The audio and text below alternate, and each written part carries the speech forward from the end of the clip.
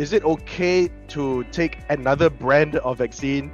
And when he takes the other brand, does he need to take another 2 doses of the next brand? I guess either professors can answer. So for the avoidance of doubt, can we mix vaccines? Today I inject Moderna, tomorrow I inject... No, it's not recommended. The data is only for vaccination with the same brand. And so we generally recommend that if you started with Pfizer, you must get number 2 as Pfizer vaccine or vice versa for Moderna.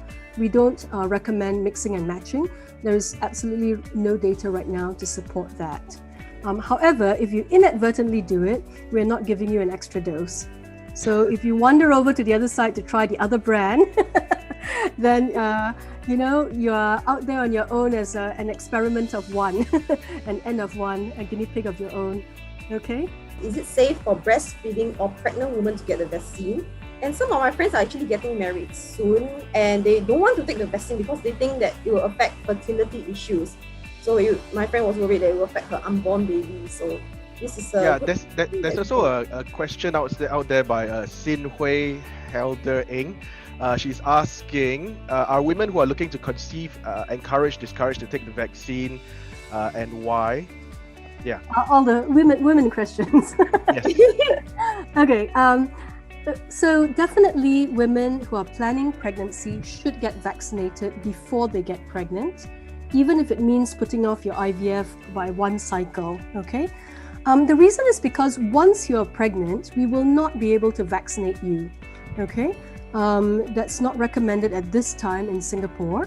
And the problem is that, if you're pregnant and let's just say 2 months from now, there's a big bad COVID pandemic going on, something gets through our defenses, we will not be able to vaccinate you. But if you're pregnant and you get COVID, the risk of complications and miscarriages is higher. Okay, so please get vaccinated if you're planning pregnancy. Now, because it's an mRNA vaccine and the mRNA actually only stays in your arm for about 48 hours, it helps you get an immune response and then it's already processed and destroyed. It's not going to affect it's not like a live vaccine. People get MMR vaccines, for example, and we tell them to wait for a month before trying to conceive. We have the same sort of precautions here, but it's really advised out of an abundance of caution. In general, if the mRNA vaccine is not going to affect your fertility, okay? As soon as you got your second shot, you just wait a month and then you can bombs away and try to have a baby. For breastfeeding women, same thing.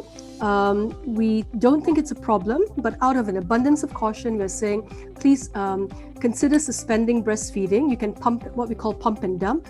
So you can pump to keep your milk supply in. And if you're afraid to use it, then you can just discard it and use bottle feeding for just 5 days or so.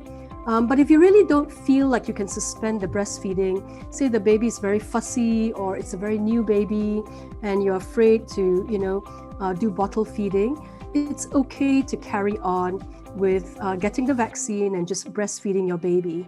The vaccine is not a live vaccine. But let me just also say, once you get vaccinated, mums who are actually breastfeeding, the reason we encourage breastfeeding in addition to sort of the better nutritional value of breast milk is that mums' antibodies actually pass over to the baby.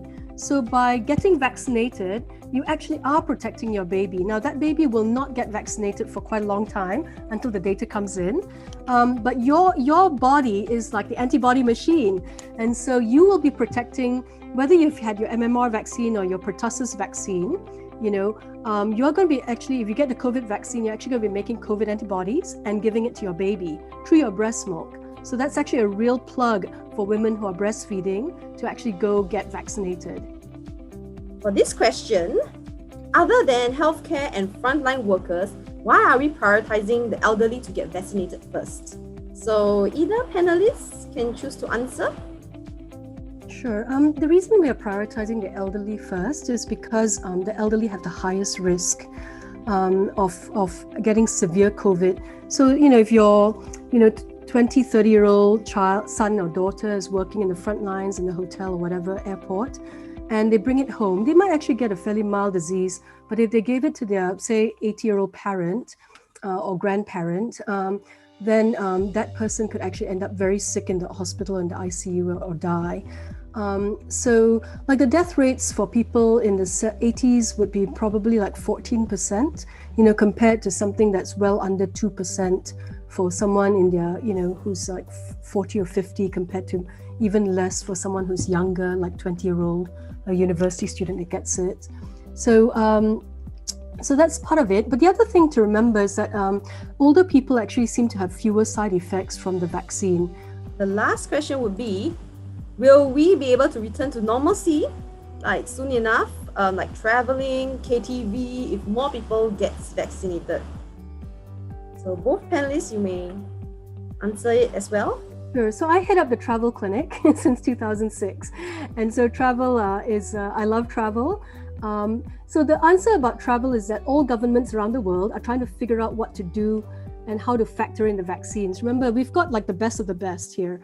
Our vaccines, the Pfizer, Moderna ones that we're giving, are 95% effective. Now, there are other vaccines which are probably in the 70s in terms of vaccine efficacy. But regardless, once people get vaccinated, we will start to try to figure out how these vaccines will impact policies about quarantine, whether when you go overseas and you come back, whether you have to spend 14 days in SHN. So every government will make its own decision. So it's one thing if Singapore makes a decision about SHN, but like if you want to go, say, to New Zealand, it'll be up to the New Zealand government whether they make you quarantine when you arrive there, right? So all the governments, all the airlines, every industry is trying to figure it out. So it'll take a while for things to shake out. So I suspect it won't happen real soon, but we're working very hard to make it happen. And some of it is just that, a lot of the data is still coming in. There's still a lot of new vaccines being rolled out, and a lot of countries around the world haven't got enough supply of vaccine. We are in an incredible position and very, very fortunate in Singapore to be able to have the government say that, everyone that wants it, that lives here will get the vaccine, right? There are countries that cannot make that assurance. So KTV, hard to say.